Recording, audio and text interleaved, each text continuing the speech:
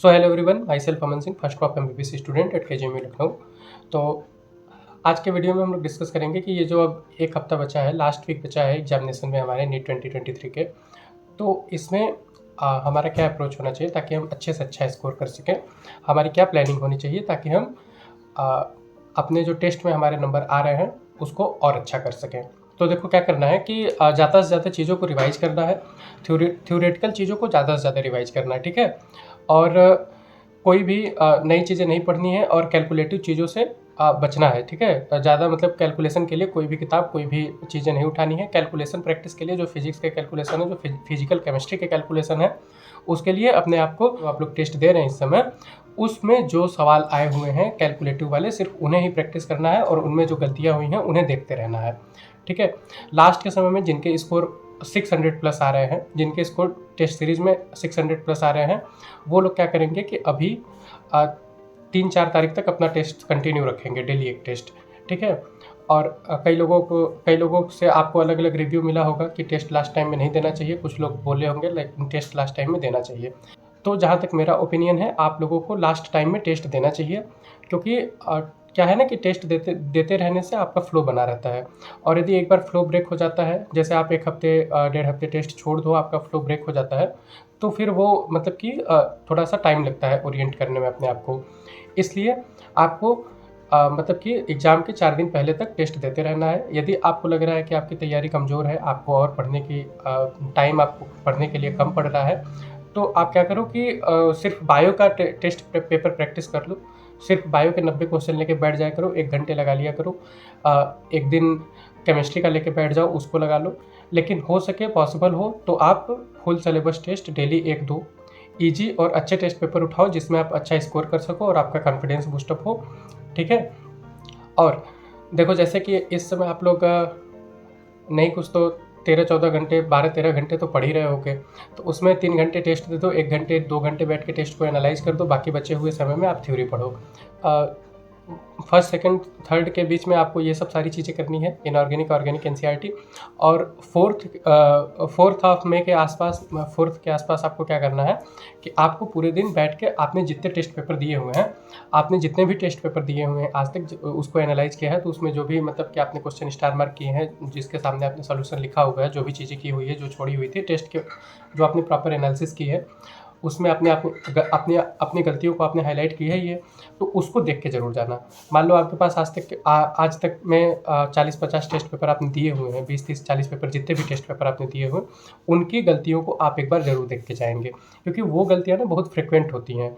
वो आपकी गलतियाँ हैं, वो आप बार बार करते हो, वो आप एग्ज़ाम में भी कर सकते हो। तो उसको यदि आप 4 को देख के जाओगे ना, तो एग्ज़ाम में उस टाइप का, उस पैटर्न का, उससे रिलेटेड, उस टॉपिक से जो सवाल आएगा, तो आपका दिमाग 1 सेकंड के लिए कॉन्शियस हो जाएगा कि इसको नहीं, ये देखो ये मैं गलती करता हूँ, तो इसको अब मैं यहाँ पे गलती नहीं करूँगा। तो ये बहुत बेनिफिशियल होता है।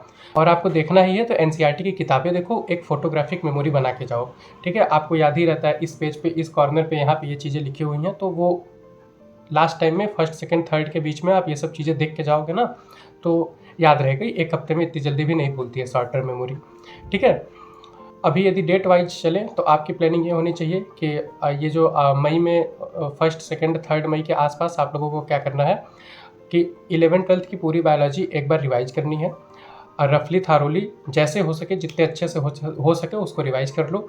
देखो क्या है ना कि इस समय रिवाइज कर लोगे तो इतना भी नहीं होता कि 1 हफ्ते में आपको चीज़ें भूल जाए, ठीक है। लेकिन मतलब चीज़ें आपको अब इधर क्या है कि लास्ट वीक में एक बार पूरा, मतलब एक बार देख के जाना है, कोई चीज़ छोड़ के नहीं जानी है। जितनी थ्योरेटिकल चीज़ें हैं, ऑर्गेनिक, इनऑर्गेनिक, फिजिकल की थ्योरी जो मैंने पहले बताई है, जो कि फिजिकल की जो थ्योरी है, जिनको आपने एक शॉर्ट नोट में किया होगा, जो थ्योरेटिकल चीज़ें हैं, एग्जाम्पल, वो सब, और बायो के 11th-12th पूरी की पूरी बायो, ये सारी चीज़ें आपको लास्ट में, मतलब कि फर्स्ट, सेकंड, थर्ड के बीच में आपको ये सारी चीज़ें देख के जानी है। आपने जो अपने से शॉर्ट नोट्स बनाए हैं, जो आपने स्टिकी नोट्स बनाए हैं, जो आपने एनसीईआरटी को पढ़ते समय चीज़ों को पॉइंट आउट करके कहीं पे लिखा है, उन सारी चीज़ों को आपको पढ़ना है, ठीक है।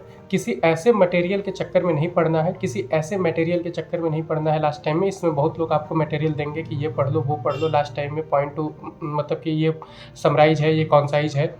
तो नए चीज़ों को क्या है ना कि वही चीज़ यदि आप नए चीज़ के फॉर्मेट में भी पढ़ोगे ना तो आपको उतना फ़ायदा नहीं होगा। आपने जो पढ़ा है सिर्फ वही रिवाइज़ करो, आपने बहुत कुछ पढ़ लिया है, ठीक है? यदि आपके 500 प्लस भी स्कोर है तो आपने बहुत कुछ पढ़ लिया है।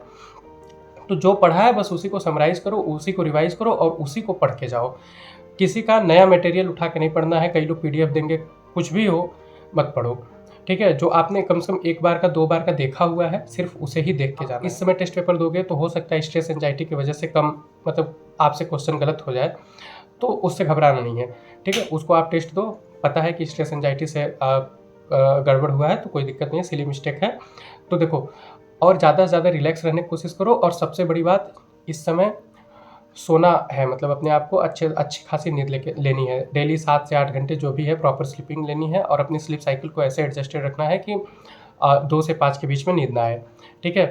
तो ये बहुत इंपॉर्टेंट चीज़ है क्योंकि आपने कितनी भी प्रिपरेशन कर ली हो, यदि इन सब चीज़ों में गड़बड़ी करोगे ना तो बिना बात के आपके सवाल गलत हो जाएँगे, ठीक है? तो आपको आता बहुत कुछ है फिर भी मतलब समझ रहे हो ना, दिक्कत हो जाएगी। हाँ, तो देखो इस समय गर्मी का मौसम है, तबीयत भी बहुत जल्दी ख़राब होता है, तो देखो जो लोग हॉस्टल में रहते हैं, जो लोग घर से बाहर रहते हैं, प्रिपरेशन कर रहे हैं, वो लोग के लिए एक एडवाइस है कि बाहर की चीज़ें मत खाओ, जंक फूड मत खाओ इस समय, 1 हफ़्ते के लिए अवॉइड करो चीज़ों को। अपने हेल्थ पे भी ध्यान रखो क्योंकि वो ज़्यादा ज़रूरी है इस समय, ठीक है ना? तो जिनकी अच्छी प्रिपरेशन है, वो लोग इन सब चीज़ों पे ज़्यादा ध्यान देंगे और जिनकी थोड़ी-सी माइल्ड प्रिपरेशन है, वो लोग अपनी पढ़ाई पे भी ध्यान मतलब अपना पढ़ाई भी करें लेकिन लास्ट वाले दिन अपने आप को पूरी तरीके से रिलैक्स और स्ट्रेस फ्री रखने की कोशिश करें, ठीक है? Thank you.